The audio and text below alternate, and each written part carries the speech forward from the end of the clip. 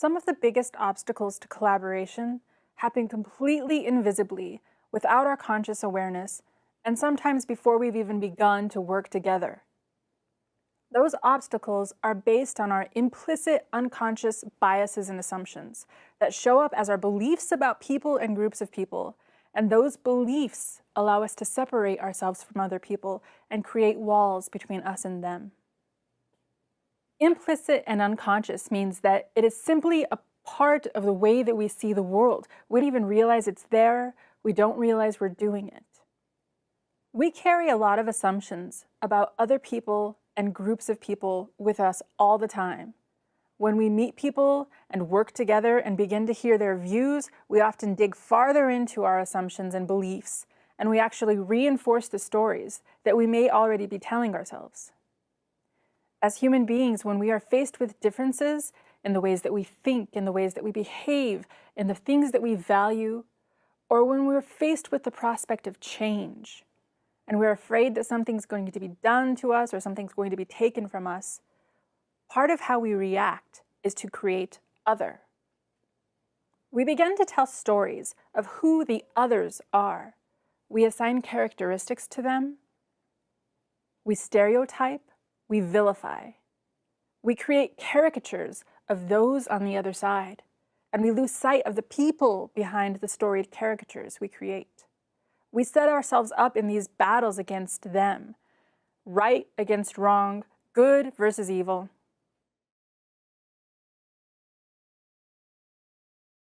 Not long ago, I was facilitating a contentious public process related to a river management plan for a highly used section of a river in an urban area. A particularly hot summer and an enormous increase in popularity of the river as a spot for inner tubers created some strain on the community of river users. The inner tubers were beginning to be seen as a bit of a scourge on the community. At one public meeting, I separated people into groups based on user types: kayakers and playboaters, picnickers and waders, conservationists, the business community, inner tubers, trail users, etc. They were engaged in conversation about questions specific to their groups, and I was wandering around the room just making sure everyone was okay and they had what they needed and the discussion was flowing, when one man waved me over to his table. And he said something to me like, "I think tubers are a really important part of this discussion, but I don't see any tubers in this room." And I said, "Oh, they're here." He said, "Where?" And I pointed to the front of the room, to the table where there was a discussion dedicated to the desired experiences of inner tubers. And the man looked on in silence for a moment, and then he said, "They don't look like tubers." He had this whole picture in his mind, a stereotype based on assumptions. His imagined image of what those foes looked like didn't match the actual image of anyone in the room. They all looked too normal, too human, too far from the image he had constructed. One of our goals in collaborative processes should be to replace stereotypes with genuine understanding. And there are specific ways we can help facilitate that process of creating understanding and moving from other to we. We'll talk more about how we do that in a moment, but first let me give you another example of how the assumptions we make about each other get in the way of us being able to work together. One day I had a conversation with a highway engineer who was frustrated about the project he was working on. Or, more specifically, he was frustrated about the people he was working on this project with. Highway projects are complicated affairs with many different disciplines working together to produce the final outcome. In this instance, drainage engineers were working with their agency's environmental division to discuss design. My friend, the engineer, had a series of complaints about how badly the meetings between these two groups were going. He said of the environmental folks, "They are very difficult to work with. They don't understand what we do. They don't think before they speak. They don't come to the meeting with a plan. They want to solve problems with 10 or 15 people in the room. And they're watering down the ideas of some very competent engineers." And he had this whole series of preconceived ideas about the personalities and motivations of the people who worked in the environmental group.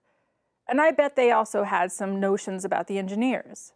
In fact, I bet if you took a few moments to think about the personality characteristics of engineers and the personality characteristics of the environmentalists, you'd be able to come up with something without even knowing the actual people, simply based on our preconceived notions and implicit assumptions. How might those assumptions get in the way of working together? What would happen if we put aside the assumptions of who people are and how they should behave? Let's go back for a moment to the river management planning process I talked about earlier. Early in that process, we conducted an online survey to begin to get a sense of what the issues were and what people's concerns were. And in that survey, people began to otherize, to distinguish other. They began to separate themselves from those they perceived as threats to the things that they cared about. They assigned characteristics, and they began telling stories about one another. Some of the words they used to describe each other were immodest, disrespectful, noisy, inconsiderate, repulsive, dangerous, selfish, inappropriate, foul-mouthed, unsafe, irritating, and rude. When we assign these kinds of characteristics to one another, when we vilify and dehumanize each other, that creates a really troubling path. Some of the worst atrocities in human history have had at their root this same kind of beginning, the creation of other. The creation of stories and assigning of characteristics and dehumanizing of people. While I'm not suggesting that a river management conflict is going to turn into a human atrocity, those same dehumanizing, otherizing behaviors certainly make it easier for people to insist on getting what they want and need in a community process or in a negotiation or in a collaborative effort, even if it means that the others don't get what they want and need. So how do we get to the other side of other? How do we create a space of we, where instead of squaring off against each other and fighting about who's right and who's wrong, or who's good and who's bad, or who gets what they want and who doesn't, how do we all turn and look at the problem or issue together? I think it's actually pretty simple, but maybe a little counterintuitive. I think a first step in getting people to move toward a more we orientation is to give them room to be self-interested. You won't be able to just argue someone out of their position. People need to be heard and feel like they've been understood before they can really open up to hearing other people and consider the possibilities of working together to find shared solutions. Once people feel heard and understood, they can then put their defenses down long enough to listen and understand the perspectives of other people. Now, it's important to remember that we're not trying to change people's minds. We're not trying to get them to take the position of the other side. All we're trying to do is to create a greater understanding of one another and what makes people tick. In each process or project or situation, what do all of the parties care about? What are their fears and concerns and hopes and desires? We just want people to hear and understand one another. Understanding unlocks compassion, and those two things unlock tremendous opportunities to be able to move beyond the stories we've told ourselves about each other and to truly be able to turn and look at a problem or a situation together and to find solutions that help to satisfy the interests of all sides. In closing, I'd like to reiterate a couple of thoughts.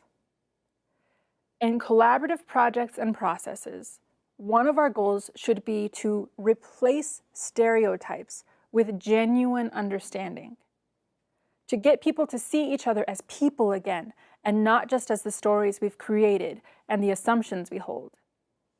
We can help people shift from seeing each other as other to seeing themselves as we, people working together towards some collective vision, by bringing people together to share their interests and concerns, to hear and understand each other, and to stop focusing on fighting with one another and to turn and look at a problem or situation together.